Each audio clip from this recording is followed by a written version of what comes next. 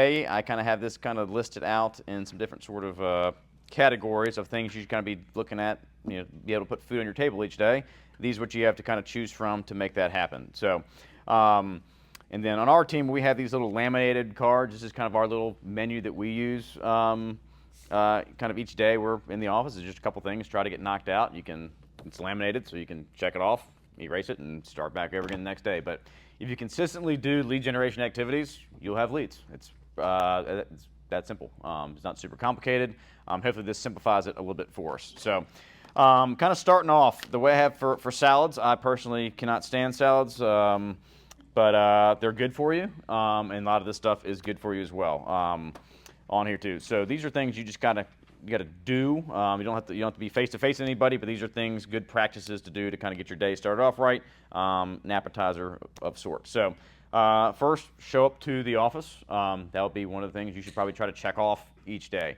We've talked about a lot of times. If you're working from home, you're probably not really working. You're probably just at home doing stuff here and there, but we're not really super productive. I know my goal is to try to get in and out of the office in about 2 to 3 hours if I can each day. Get some of these things checked off, and then get out and go see people either face to face or go do something more enjoyable on this. But you got to kind of do lead generation first. Everything else follows after that. So showing up to the office, that'll be kind of just number one. Check that off for your salad. Pick one of these ones to try to do. Real estate intake. This is going to be books, podcasts, however we're learning about real estate. Like I said, it's good to come to trainings like this, which is great. We want to continue inputting good knowledge in that we can share with others. Our whole job is kind of tell stories of houses and real estate, and all we do is talk to people. So we're always talking, telling stories. So if you're taking in good stuff, tidbits you can share, whether that's either market stats. I know a lot of people listen to the Bigger Pockets podcast or some things like that. Input some good stuff, real estate centric to you, to help you continue moving forward and learning more. This is always something you're never done learning. There's no two deals that are alike. There's stuff that pops up, and I'm on, said year 13. Dean's on what year? 31. So man, that's a good run. We're a pound. What is it? Flipped 1331. Don't know what's called. There we go. Now it rhymes. So, thank you. Another thing, So make sure we're listening to something. Figure something out. We want to be inputting good stuff, real estate centric. Market analysis.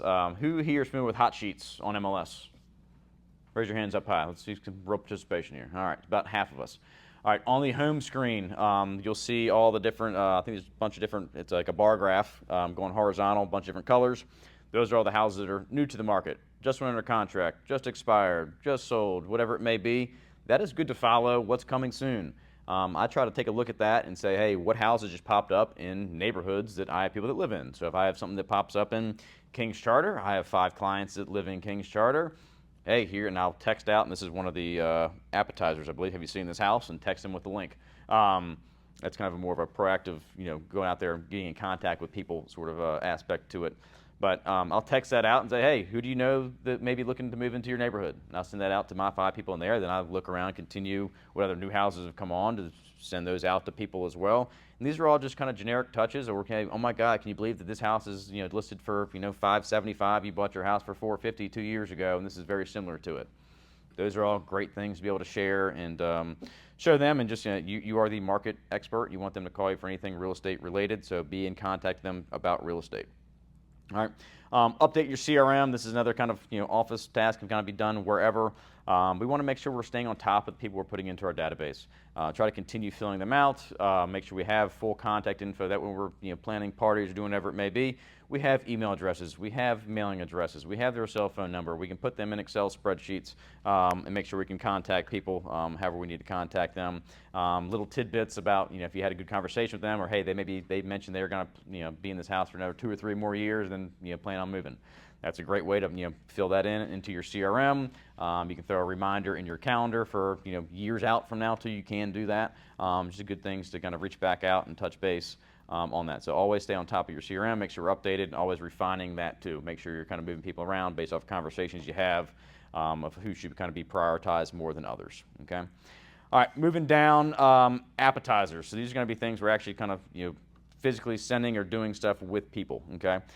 Annual reviews. This is a big one that we try to do at least once a year. Try to do like once usually, I think Mara does hers, and she calls it Christmas in July, and she'll send out, hey, here's over the past year, here's the market stats for your neighborhood, or specific, school district, whatever it may be, and just kind of send them a quick little CMA, drop that in the mail, shoot it off to them, follow up with a phone call, a week or so later. Hey, did you get that packet? Can you believe the numbers in the neighborhood? Something along those lines. It's always good to do. When you do that, do you just your personal style? Maybe you could, maybe you and Mara are different with it, but do you do it like all the research at one time, or do you go like the Smiths and then look it all up and then call the Smiths, or do you do it all at one time and then have a couple days of calling? So I personally do it like on their purchase anniversaries. So that's what I try to do. It's kind of like, hey, you've been in the house now for 6 years. Here's a 5-year snapshot, and it's all, to me, it depends on what the situation is for people. They've only been for a house for a year. They don't care about the past 5 years, but if they've been in the house for 5 years, they care about, hey, where it was now, or where it was then, where it is now. Or just like if they've been in for 10 years or a couple of years, it's hey, here's if they're a neighbor like King's Charter is very simple to do. It's kind of like, hey, here's King's Charter for the past year. Here's your stats. Here's where you line up. Well, I usually put a copy of their tax record in there. If there's a copy of the old MLS, that way they can, I'd say, hey, here's a trip down memory lane. Print out all the pictures to it. And your house has changed so much for the better since these pictures. If it's changed for the worse, don't tell them that on there, or you can. So we got to get them ready to sell again. So care what you got. So it just pops up on your CRM that the Smith's anniversary of purchase was today. Yeah, whenever I have a closing, I put it in, or Dawn helps me out with all this. Thank you, Dawn, back there. She's great. No, but she'll send me a calendar invite, just a recurring one for each year. So every time I get their yearly purchase anniversary, it pops up. That clues me in. So I can do either annual reviews, I can put the phone call in, I can write the note, whatever it may be, to do that. But those are great to do. And like I said, that's just, you never know when you send stuff to people and like, oh my God, I can't believe my house is actually worth this. Or that just opens the door for conversations. Can I really get this potentially? Am I average for the neighborhood? Can I get this average number? Well, if we can get that number, we may be interested in moving. You just kind of open the door. You got better knowing the market. Send out to them. It's all just proactive, good stuff to go do. So, Carrie? For those of us who might be newer to the industry-ish, you can also pull the tax records up on your Anybody's. COI and figure out what their anniversary is and plug that in. Yeah, it doesn't have to be. I just use the anniversary as a simple thing for me to go do. But you can also just say, hey, you don't have to have their past sale date. It's just, hey, here's what's happened in your neighborhood the past year, and then you start doing that, each year, and then it just kind of compounds from there. But those are great. Those are super informative, and always try to follow up with a phone call on that. Make sure they got it. See if they have any questions on it. So I'll tell them, hey, I know this is a ton of information. I try to do like a handwritten cover letter. I'm also asking for referrals in that as well. If anybody wants to move to the neighborhood, please give me a call. Here's some stats, yada, yada, yada, on that. So I just try to, that way it's handwritten. It's a bunch of data stats. Some people are going to take a look at it and say, oh, I got a nice note from Kevin. I do it like in the, like the, whatever, 8.5 by 11 full mailer envelope. That way it's like a big, almost like a package arrives at them. And that just kind of stands out against all the other crap people get in the mail. So, yeah. So annual reviews are great to go do. Doesn't matter what the annual system you use on it, but try to send something out to everyone in your COI once a year. If you do 2 a week, if you do them 20 at a time, it doesn't matter. Just do them. Okay. Have you seen this house? Text with link. We just kind of talked about that. That's always great for either houses just closed, just sold. Kind of use that hot sheets as your how you kind of find that sort of stuff, and it also gets you more familiar with the market too. Like I said, we want to be able to know and talk knowledgeably about the market. Follow the market. It's that simple. So you're going to learn more. You're going to figure more things out. Preview listings and drive-bys.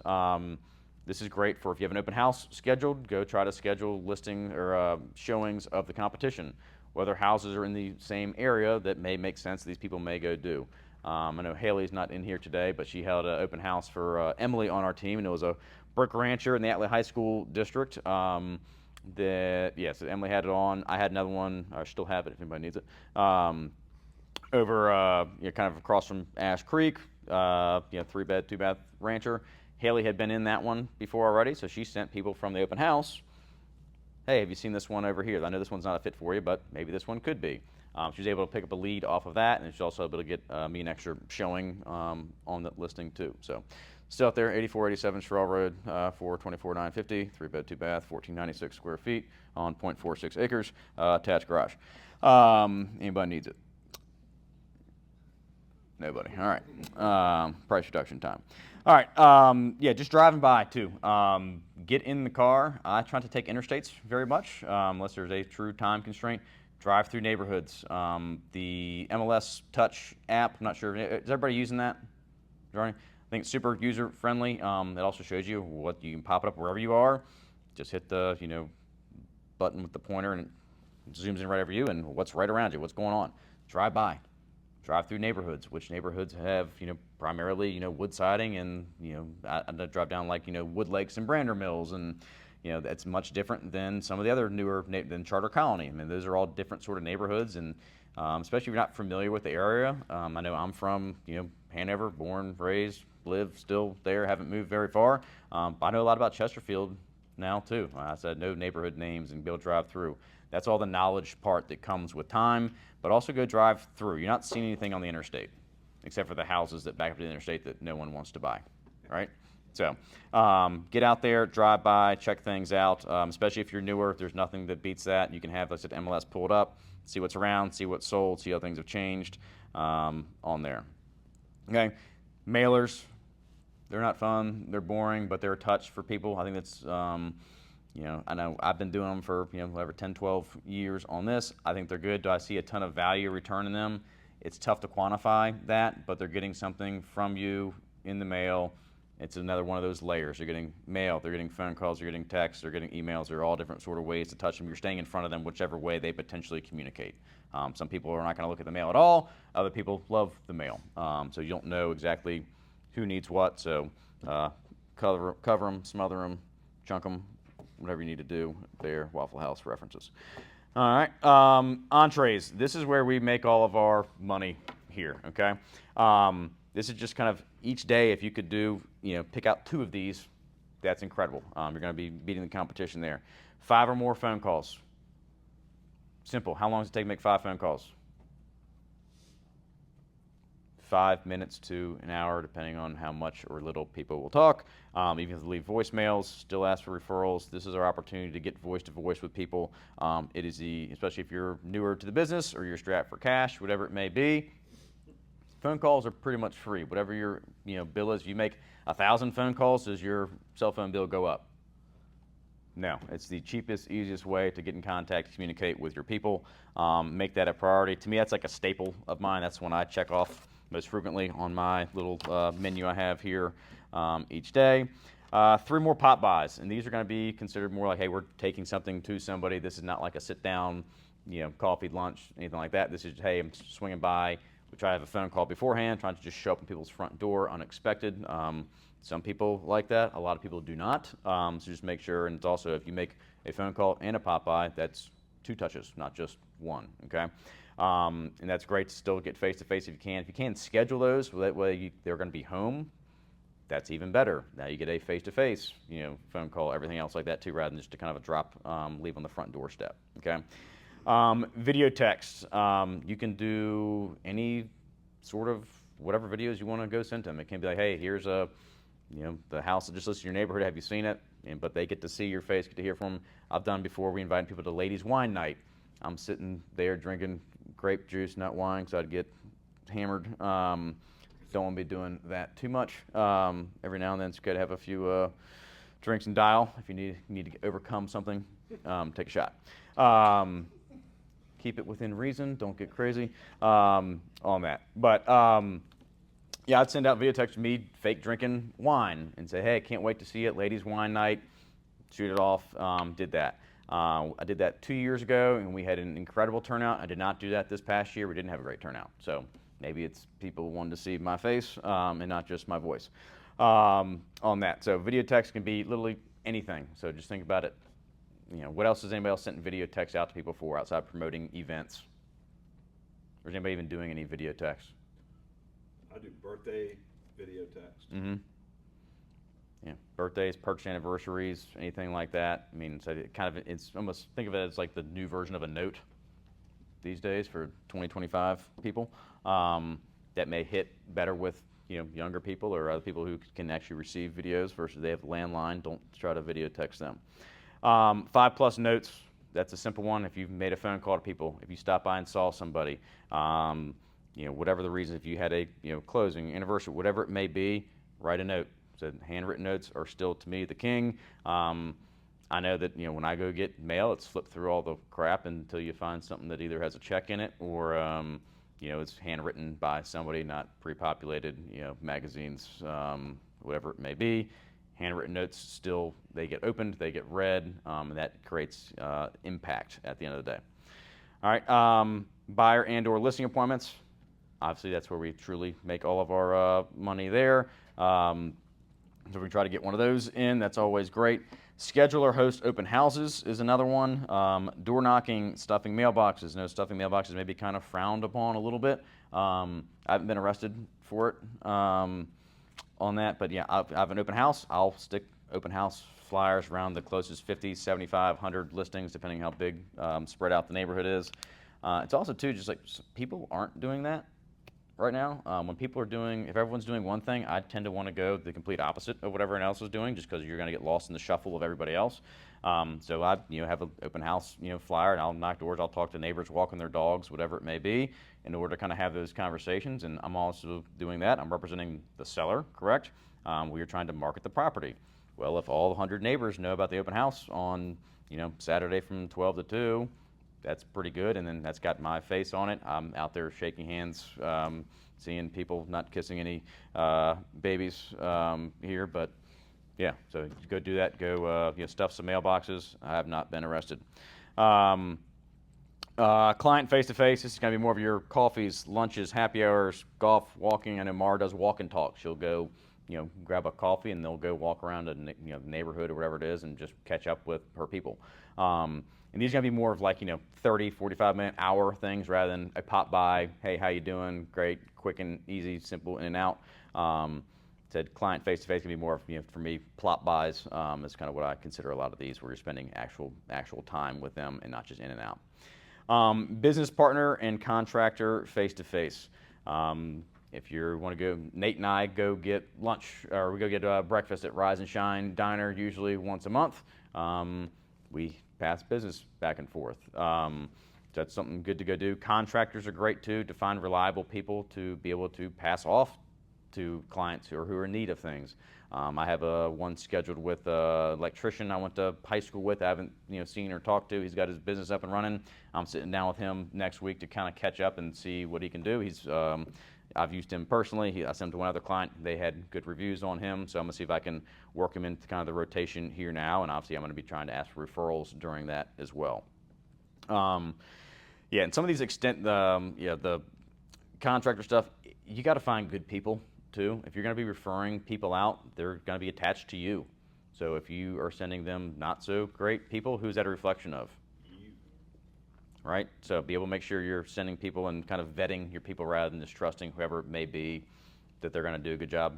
Try to make sure they're going to do a good job and they kind of have expectations set for them. But those are always great ones to, also we're talking about down here in the dessert section, we have client parties. Contractors, business partners, they can help out tremendously with all of your events, parties, whatever it may be. To do it. So try to have a good relationship with those people because they can take you a long way. They can also help just offset a lot of costs as well. Okay. Dessert, this is the sweet stuff, I guess. I'm not a great social media person on there, but a lot of people love it. People it's a good way to stay in front of people. Some people have a lot of success with it. I still think the entrees are what's really kind of makes it for you. But these are kind of nice toppings, is what I'd say. So social media posts, just listed, just sold, informative videos, happenings around town, whatever it may be. Get out there, and it's a good way to get in front of people. So people aren't really answering emails, or maybe not really responding or taking, reading the mailer you send out. But they're going to see your face, they're going to see your name, they're going to see you're selling houses, you're in the business. It helps you just stay on top of people there. But don't mistake that for a business plan. Like I said, that is a topping on top of the cake. All the cake is entrees. Okay. Gratitude calls. This is an easy way. Whenever I'm having a kind of a crap day or things are going a little bit awry, I have probably 15 to 20 people I know I can pick up the phone. They're going to be in a great mood. They're going to answer it. They're going to, how's life? It's going to be great to catch up, have fun, and just I say, hey, I'm just thankful to have you, helping me out in my business, and that's all I really want to call to say, and just truly appreciate you and supporting me, my family, my business partners, and not all clients are made alike, and I just think you're at the top, and I just wanted you to know that, and just really respect you and appreciate you. So those go a tremendous long way too, and like I said, it's always just we're all working these ways in to ask for referrals. We're building trust, we're building rapport with people throughout the entire process. Schedule and plan client parties or events. This is huge. We try to do stuff themed kind of throughout the year. We've done squirrels games. We're getting ready to do we do a big team pig roast. We're doing that in October. So those are reasons to kind of do all these other things too. But if you have that client party or event, whatever it may be, and these can be big or small. This can be a B2B thing for a happy hour. You're trying to get your 5 contractor buddies together to go say thank you and buy them a round of drinks and an appetizer somewhere. It can be that small. It can also be our event is up to like 400 people is what it was last year. So it can be, there's nothing too small, nothing too big, but just know that if you plan something, that allows you to go do a lot of these other things, and it's fun. I like to party, have a good time, whether that's lunches or beers or go play golf or whatever it may be. Go get with your people, have fun, party, squirrels games. You're inviting people to have fun with you, and you're also get to talk about real estate kind of on the side. Okay, and this is why we work by referral. In my opinion, is it makes it enjoyable. You're not cold calling people. You'll notice I don't have cold calling on the menu. If you want to add that to your menu, you're more than welcome to. I think there's better ways to do it. I think all this stuff makes you much more consistent throughout the entire life of your career in real estate. Also, attending events. It's good to go to some of the networking stuff here and there. Do I think you're going to make sure you're kind of vetting people? I love going to all the hometown events we put on. So I think it'd be good to have some more attendance at those things. You can get to meet people. You're out about. Also, you want to make sure we're having conversations with other professionals in the room, especially if you're younger or newer into the business. Talk to people who've been in it for 13 years or 31 years or whatever it may be. That's going to get you much further along the way. Kind of, it's you're walking through the airport, you're walking on the walking escalator. It speeds you up past everybody else who's not doing anything. So you get to learn much faster. You get much further ahead than the people who are not doing this stuff. Okay. That is the kind of just the overall menu on here. I hope this is some good ideas for you. But what questions do you guys have? What other things can we add to this? What else is anybody doing stuff that's not on this list currently?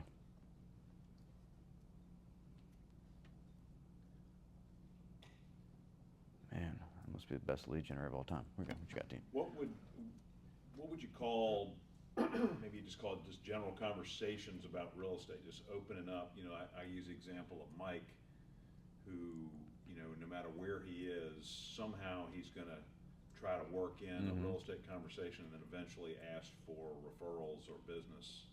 Yeah, I think just general conversations too. I mean, that's probably a tougher thing to just track. Hey, I met a guy at a gas station, gave him my business card, and had a conversation.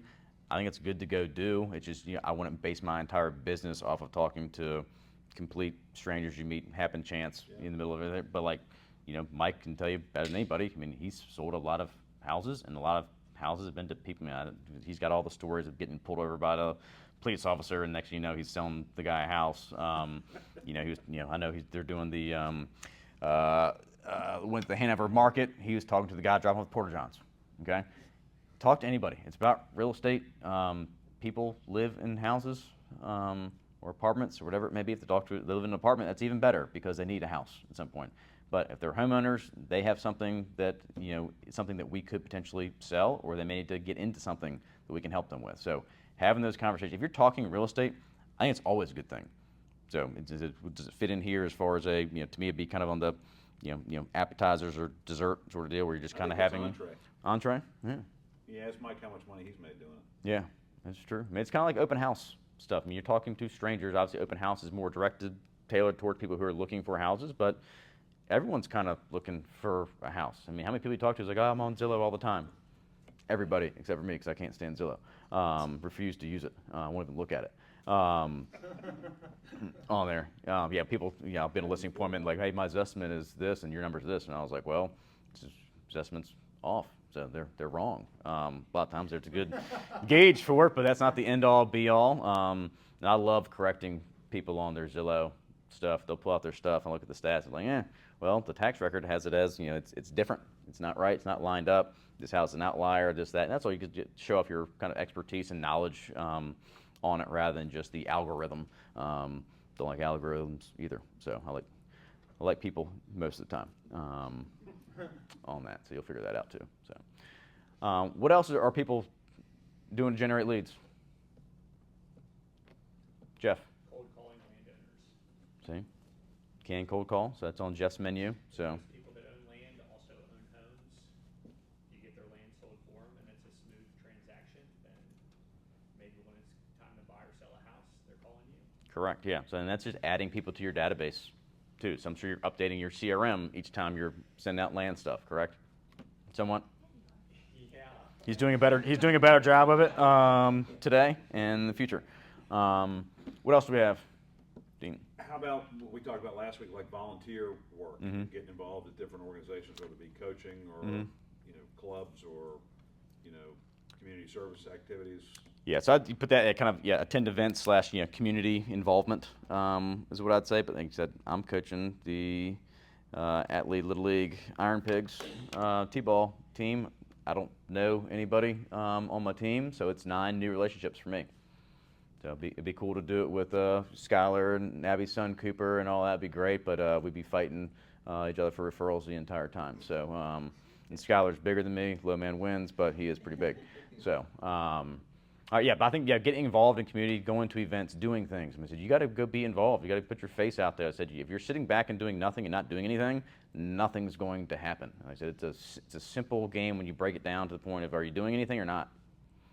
If you're not doing anything, then you're going to be looking for something else to do here at some point. Okay? Well, dude, like no matter what you do, you've got an opportunity to do more, right? You get a new listing, you've got an opportunity to make some database calls. You've got a new buyer that you're striking out on finding a house. You've got an opportunity to make some database calls. I mean, every opportunity is really just leading to another opportunity if we're willing to work. Correct. Yeah, I mean it's opportunities chasing bigger potential opportunities. On there, yes. I mean, all these things, if you do something, there's something else you can usually play off of it, right? Said one thing leads to the next thing. I said if you get a listing, if you have your listing appointment, it goes well, you practice, you prep for it, you land it, now you're hosting open house, now you're stuffing mailboxes, now you're writing notes, all that sort of stuff.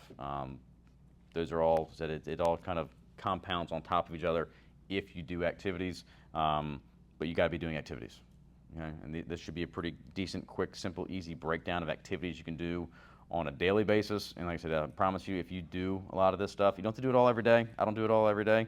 But if I did, I'd make a lot more money. But this will put food on your table. So I mean, look at this as your actual menu. If you can knock out a salad, appetizer, entree, and a dessert each day, then you're going to be living the good life.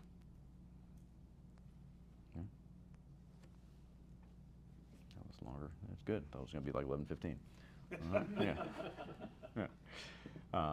David, do you have something? All right. Yeah. Nate. If you haven't had a closing or you haven't had a listing, what might be a good menu?